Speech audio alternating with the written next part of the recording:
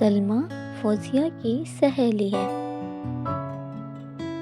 سلمیٰ نے فوزیہ کو کہانی کی ایک کتاب پڑھنے کے لیے دی۔ فوزیہ نے کہا کہ یہ کتاب میں 5 دن بعد واپس دے دوں گی۔ کتاب بہت دلچسپ تھی۔ فوزیہ نے 5 دنوں میں پوری کتاب پڑھ لی، لیکن وہ سلمیٰ کو کتاب واپس کرنا بھول گئی۔ دادی اماں کو پتہ چلا تو کہنے لگی، فوزیہ تم نے ابھی تک سلمیٰ کی کتاب واپس نہیں کی، تم نے اپنا وعدہ پورا نہیں کیا۔ آؤ میں تمہیں ایک چونٹی کی کہانی سناتی ہوں۔ کسی جنگل میں شہد کی مکھیاں اور چونٹیاں رہتی تھیں۔ مکھیوں اور چونٹیوں میں دوستی تھی۔ ایک دن ایک ننھی چونٹی بیمار ہو گئی۔ وہ ساری رات کھانستی رہی، اسے زکام بھی تھا اور بخار بھی۔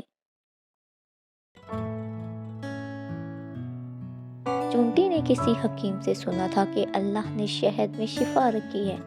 وہ شہد کی مکھی کے پاس گئی اور کہنے لگی کہ میری بیٹی بیمار ہے، اس کے لیے تھوڑا سا شہد چاہیے۔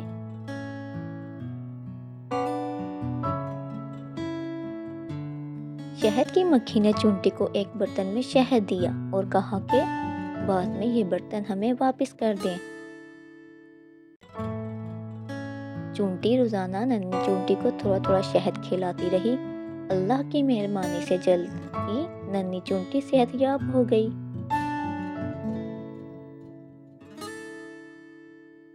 چونٹی نے برتن ننھی چونٹی کو دیتے ہوئے کہا کہ یہ شہد کی مکھی کو دے دینا۔ ننھی چونٹی جب اپنے بل کے دروازے تک پہنچی تو تیز بارش شروع ہو گئی۔ اتنی تیز بارش میں ننھی چونٹی کے لیے باہر جانا بہت مشکل تھا۔ اب وہ سوچنے لگی کہ خط لکھ کر کسی طریقے سے شہد کی مکھی تک پہنچا دیا جائے۔ اس نے شہد کی مکھی کے نام ایک خط لکھنا شروع کیا۔ اس وقت ایک ٹڈی غار کے قریب سے گزر رہی تھی۔ ننھی چونٹی نے اسے بلایا اور کہا کہ میں اتنی تیز بارش میں باہر نہیں جا سکتی، آپ یہ خط ذرا شہد کی مکھی کو دے آئیں۔ ٹڈی نے خط شہد کی مکھی کو پہنچا دیا۔ شہد کی مکھی خط پڑھ کر بہت خوش ہوئی۔ اس نے خط میں پہنچانے پر ٹڈی کا شکریہ بھی ادا کیا۔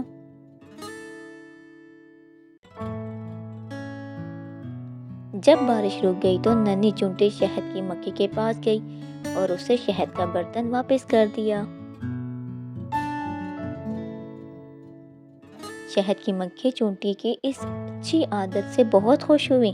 اس نے چونٹی کو اور شہد دیا اور کہا، اللہ وعدہ پورا کرنے والوں کو پسند کرتا ہے۔